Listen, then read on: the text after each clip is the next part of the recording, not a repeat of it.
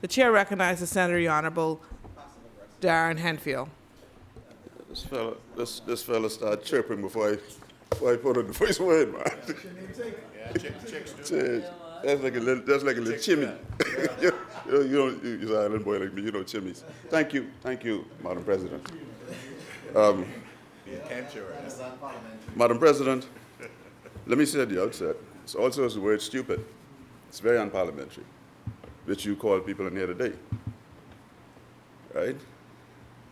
Madam President, let me say at the outset, we support these bills, the International Business Companies Amendment and the Exempted Limited Partnership Amendment Bill. We wholeheartedly support any legislation brought to this place to help enhance the way we do business, to keep us competitive in a very strong and thriving industry in our country. Let me just say that at the outset. You know, Madam President, I didn't come here to stay long today, right? Yeah, here's my notes, and they're normally very copious notes, like that, but see? And nowhere in these notes, and I'll give them to you if you wish, can you find a reference to immigration. And I listened to your position. I listened to your position. We all should have notes in our head, right? We all should have notes. But you know, while the Honorable Senator was speaking in your absence, right? I started making a couple of notes on the point, right? And Madam President, the member spoke to you, Senator Pickstock. Took us all the way back to the Hawksbill Creek Agreement, took us back to the UBP, took us back to that place where black Bahamians, under the agreement, were not allowed to go into the city of Freeport. And so I'm not interested in what the UBP did. We've had successive governments since the UBP that still keep, by and large, the major tenets of the Hawksbill Creek Agreement and follow them. You know, the member spoke about Minister Bell and the matter with Chinese and the Bahamas. And so I thought he should be answered.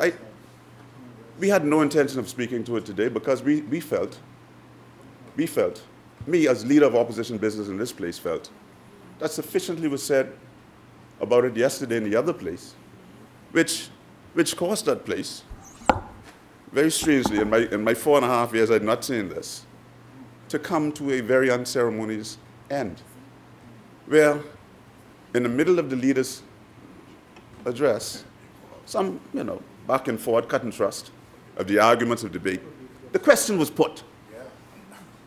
The question was put and seconded. I'm not sure if it was seconded because I didn't see that part, right? I was on the road and I was just listening. I was told it wasn't seconded. It wasn't seconded? We need to go look at the Hansard for that and see what happened. Speak to the chair, please. Thank you. Madam President, once I'm in this precinct, you hold sway in here, I always speak to you. If I look away, forgive me. Every now and again, right? Every now and again. Forgive me. But my brother, I'd say to my brother Senator, when you try to compare what happened under the UBP, which was the system, almost like apartheid, right? Almost like an apartheid system, which was quite well going on in the United States of America, and it took Sir Lyndon Pindling in 1985 to lift it from South Africa through all of his work,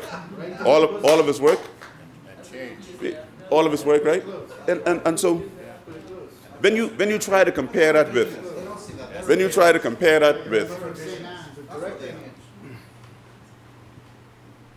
subclub, I can't compete with these fellas. Yeah.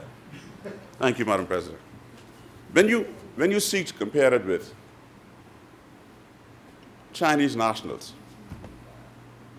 entering the Bahamas and set to work at a Bahamian hotel without permits, work permits, cannot be compared. It cannot. When you seek to compare it with the fact that these Chinese nationals were arrested, duly arrested,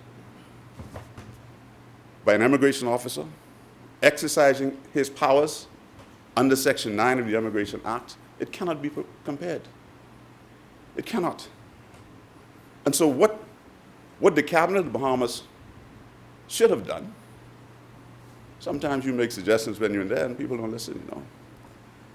What the Cabinet should have done was require the minister, who had just recently acted irregularly in his own mind by awarding citizenship in a church service, and God knows where else so far, because we're hearing that this is a regular undertaking, right?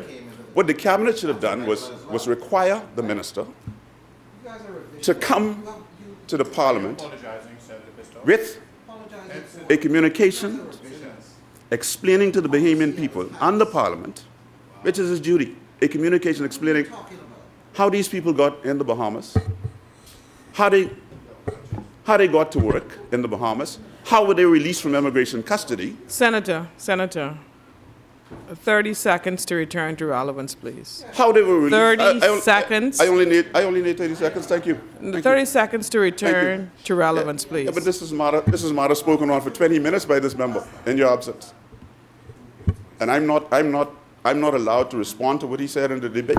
Senator Ruben Raming responded to him. He's a different person than You've me. already ran on with this for about a minute or two. Please, let's proceed to what we are He debating. ran on with it for 20 minutes.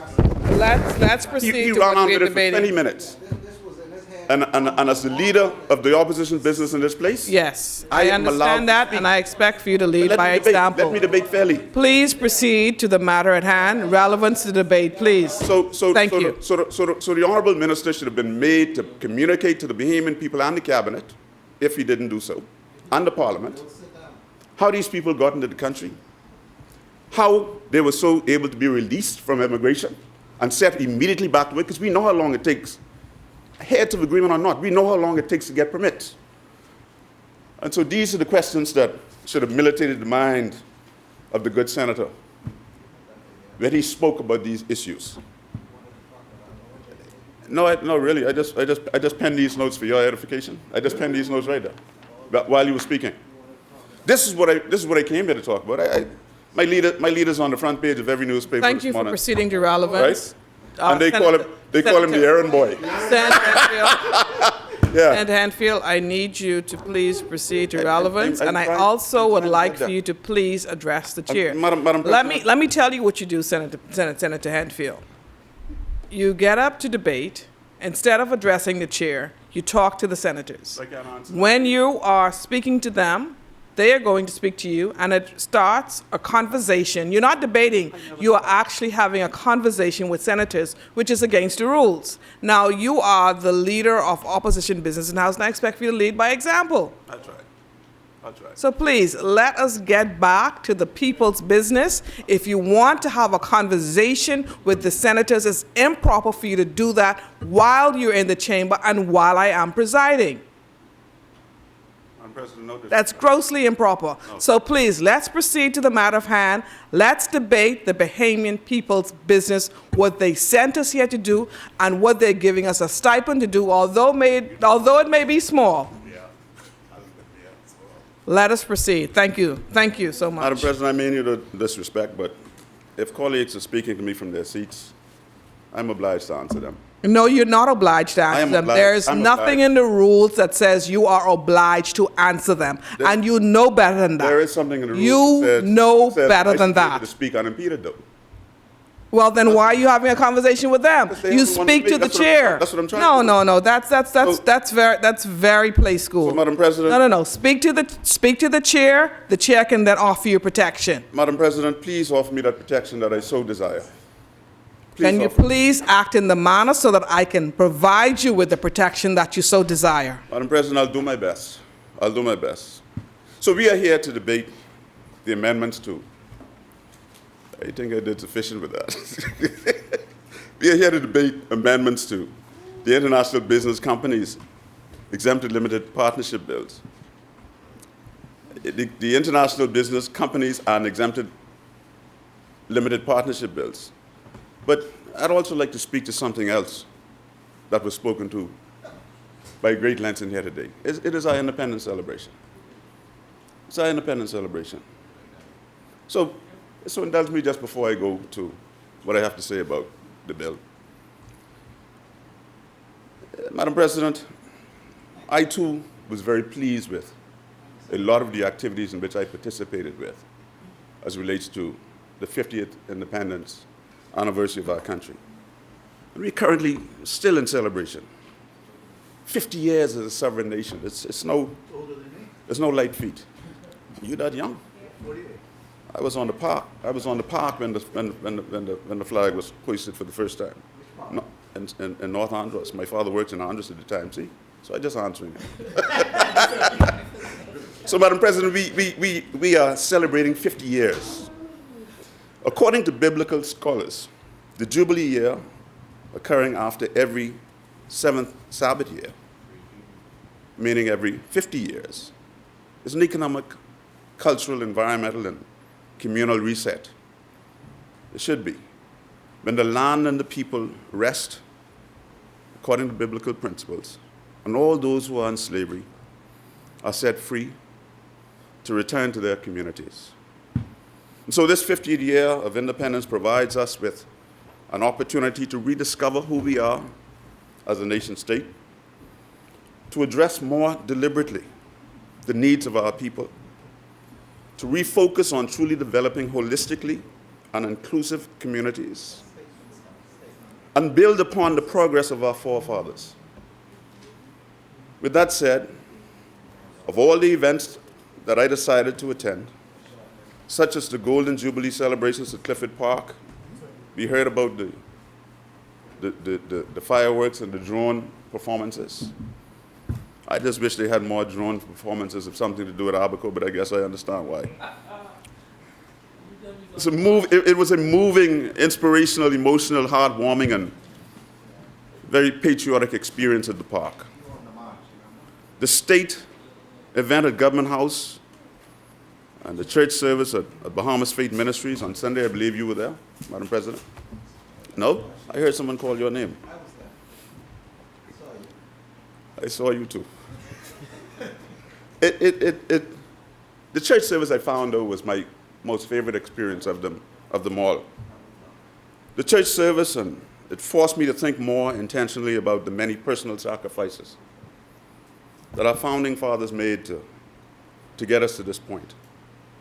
When I think about these men, 4 of whom, it was pointed out, remain with us to date. Yep. The Honorable Loftus Roker, the Honorable A. Loftus Roker, who actually got an ovation when he was called. He got a standing ovation. You know why? He was strong on immigration. Probably to this date, yet to be surpassed by any minister of immigration this country has ever seen. That's the kind of reverence that he gets. Sir Orville Turnquest, Sir Arthur Folkes, and the Honorable Philip Bethel, who spoke without varnish at the service on their behalf. I can't help but imagine how frail, how puny we may appear in their sights. I mean, us, the political inheritors of what they worked so hard and sacrificed so much to build. I sat in the church and I wondered what might be going through some of their minds as they look at the development of our country over the last 50 years. And surely they must summon a thought as to where we would be in the next 50 years when the remaining 4 of them may no longer be with us. And I thought about how we stand in their shadow. We stand in the shadow of men like Arthur Dion Hanna, a man who refused to take an honor from Her Majesty's government because he so strongly believed in what it meant to be Bahamian. Senator Raming, we stand in the shadow, in the shadows of Sir Wallace Whitfield, and Sir Arthur Folkes, who, along with 6 others, walked away from the safety of the cabinet and governance of the Bahamas to form an opposition because they had this conviction of a better Bahamas. Sir Lyndon and Sir Milo Butler, who, along with others, summoned the temerity to just grab a hold of the mace, the symbol of authority in the House of Assembly, and toss it out of the window into the throngs of Bahamians fighting for their freedom, and so many more nation builders. Looking at their body of work and their struggle to make us whole and set us on our way, I couldn't help but take introspection of the purpose of why we are all here. We quickly came to the realization that we have so much more to do to get us through the next 50 years. So much more to do. So much work to be done to cause our people and nation to reach their full potential. And so that brings me to the bill. The global arena, Madam President, in which these bills exist, the International Limited Partnership Bill and the International Business Companies Bill, which we debate today, in my mind, at least represents a continuation of our struggle as a people to build on the space we have carved out in a very aggressive international environment. As such, we and others who wish to remain competitive and compliant with the industry's best standards and practices, we find ourselves constantly adjusting our laws to facilitate our objective of simply remaining competitive. And this cuts across administrations. For 23 years now, we've been reminded today. We've been struggling and fighting this fight. This means that we must constantly consult with the industry professionals and practitioners toward bringing their businesses incorporated in the Bahamas into the best possible fighting form to capture their share of the international market. I'm advised that their marketplace offers lucrative opportunities in areas associated with things like venture capital and real asset investment strategies, like real estate, private debt management, private equity management, infrastructure and energy management. These are the areas that we are trying to compete to bring money home to the Bahamas in. As legislators, it is our job to continuously seek to improve, strengthen, and fortify our financial services product as we compete in a global marketplace. To that end, we must always work at making it easier to do business in the Bahamas. But for us, Madam President, there's always looming in the room the presence of that proverbial 800-pound gorilla. He's always in the room. We are regularly forced to compete with one hand tied behind our backs. And the powers that be are left to go free and do whatever they feel like doing. I'm also advised that there's but one country in Europe that has one step ahead of us in compliance. I don't know how true that is. One. We're on the same level. We're on the same level with this country. And they're never blacklisted. All other European countries they're never impugned. Yeah. So let's look at it this way then. So we have been the pace setters in causing compliance across the board. Madam President, it is no secret who they are, and fighting against them as we have now been doing for decades across multiple administrations reminds me of the biblical verse found in Acts 9, 5 and 6. And it says, "It is hard for thee to kick against the prick." That said, we are fully appreciative that the goal of the European Union, the Organization for Economic Cooperation and Development, and G20 countries, along with individual countries, they won't stop until they determine that we have no choice but to tax international businesses out of our jurisdiction and back into theirs. In my opinion, that has to be their goal.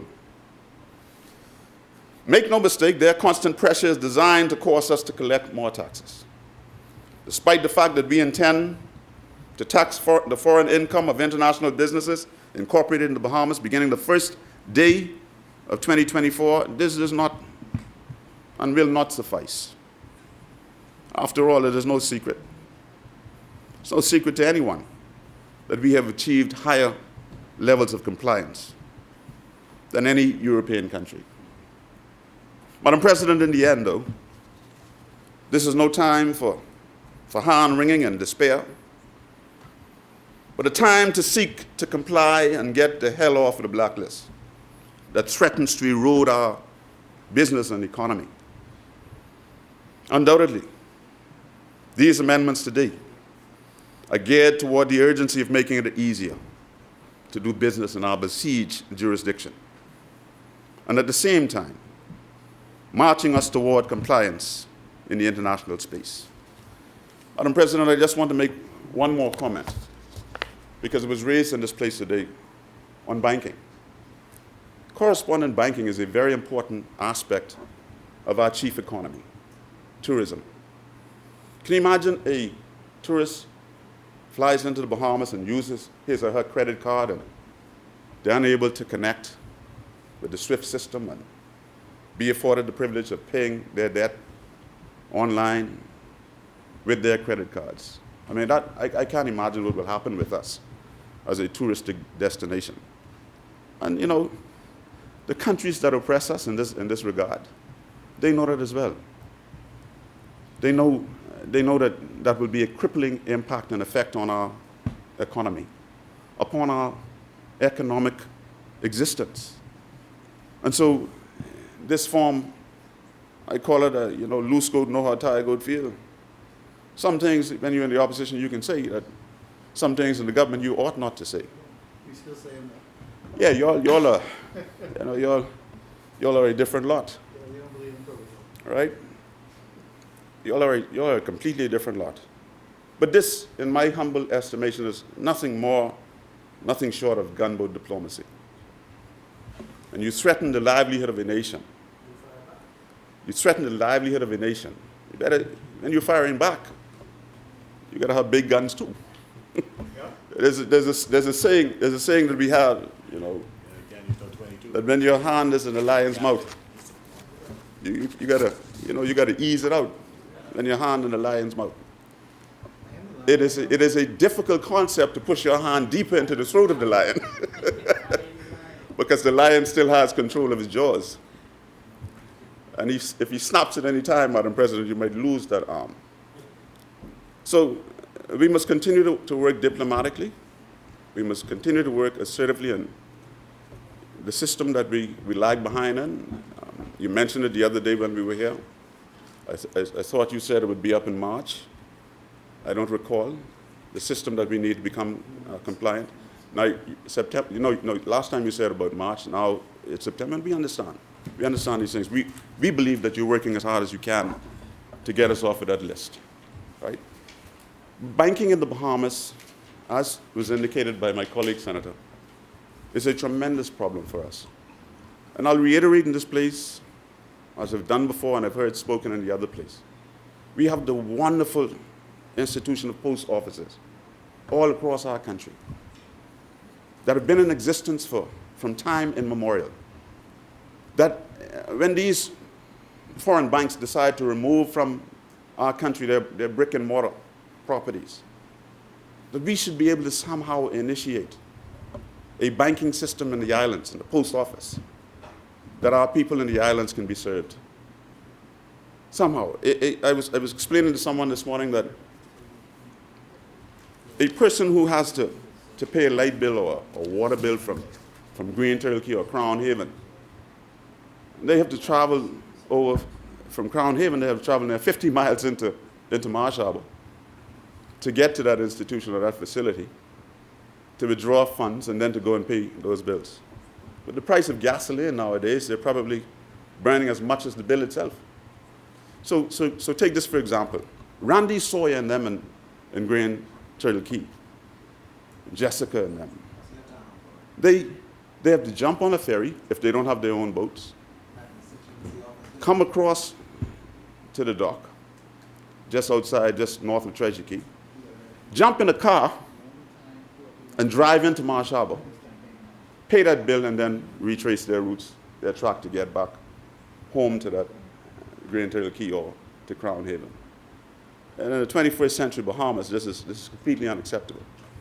And so even if we put some of our institutions like BPL and Influence BTC and the other institutions that they drive so far to pay these bills for, it will help them tremendously. This is not just a problem that came up on your watch. This problem that was on our watch. And I felt the mandate of the Bank of the Bahamas should be, Madam President, to facilitate these areas. That's what I felt the mandate of the Bank of the Bahamas ought to have been. I mean, after all, at one point we put one in Miami, somewhere in Florida. How'd that work out? Yeah, no, it didn't go too well. So Madam President, with those few words, I thank you and I rest.